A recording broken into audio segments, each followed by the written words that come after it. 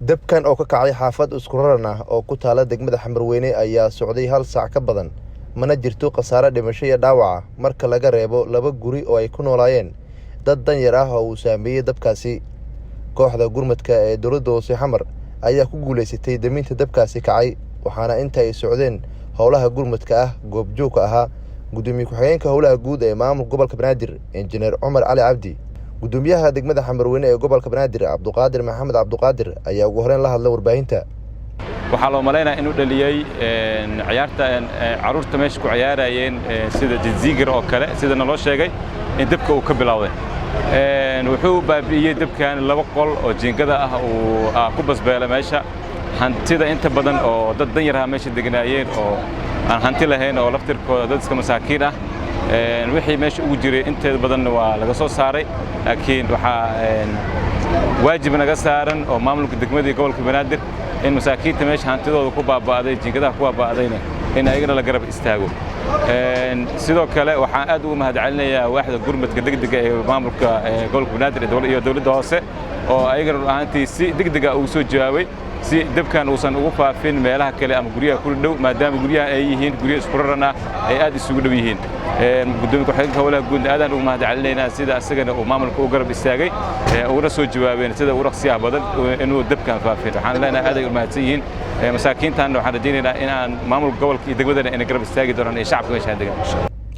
gudoomiye ku-xigeenka howlaha guud ee maamulka gobolka Banaadir injineer Xamar Ali Cabdi waxa uu ka hadlay khasaaraha dhabta ah ee ka dhashay dabkaasi isagoo ku baaqay in loo gurmado walaalaha Soomaaliyeed ee hantidooda ku waayay dabkaasi kacay.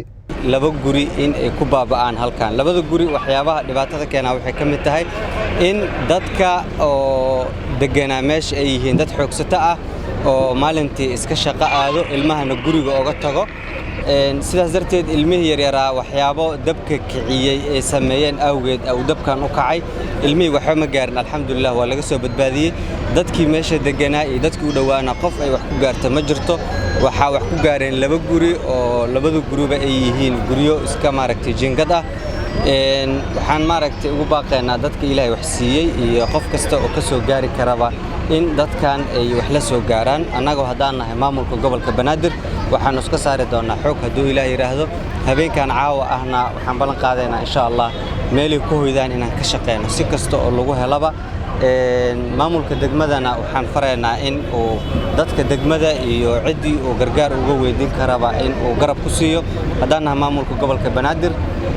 waxaan u joognaa una shaqeynaa dadka deegaanka gobolka Banaadir ku nool hadii ahaa lahayd biyo aan uga gargaarno hadii ahaa lahayd dab aan uga gargaarno hadii ahaa lahayd jid aan u qorxino hadii ahaa lahayd nadaafad aan u sameeyno intaba xilaan naga saaran xaq ay noogu leeyihiin waana canshuurtooda insha Allah waxaan rajaynaynaa hadii Ilaahay yiraahdo canshuurtooda in aysan ka baahan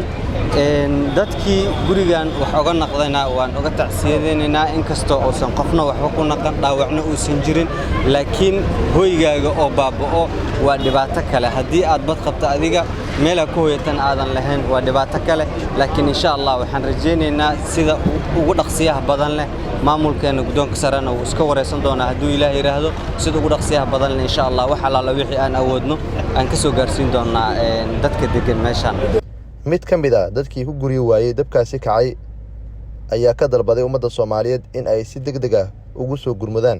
walaalayaal aniga gurigan waa naga gubtay wax ma hayno tacsiyaan ku maqneen inta kale xoogsadaan xaafadahan dhar u dhaqnaa ayaantan ani ma bashaqeyn waan xanuunsanaa hadana gurigan u gubtay ilmaha banaanka inaga joogan meel cawd lagu hooyinay malahan gogol loo dhigay malahan muslimka walaalaha ay wax noo qaban karaan wax noo qabtaan. Nuur Saciid Khalil warbaahinta qaranka Soomaaliyeed magaalada Muqdisho.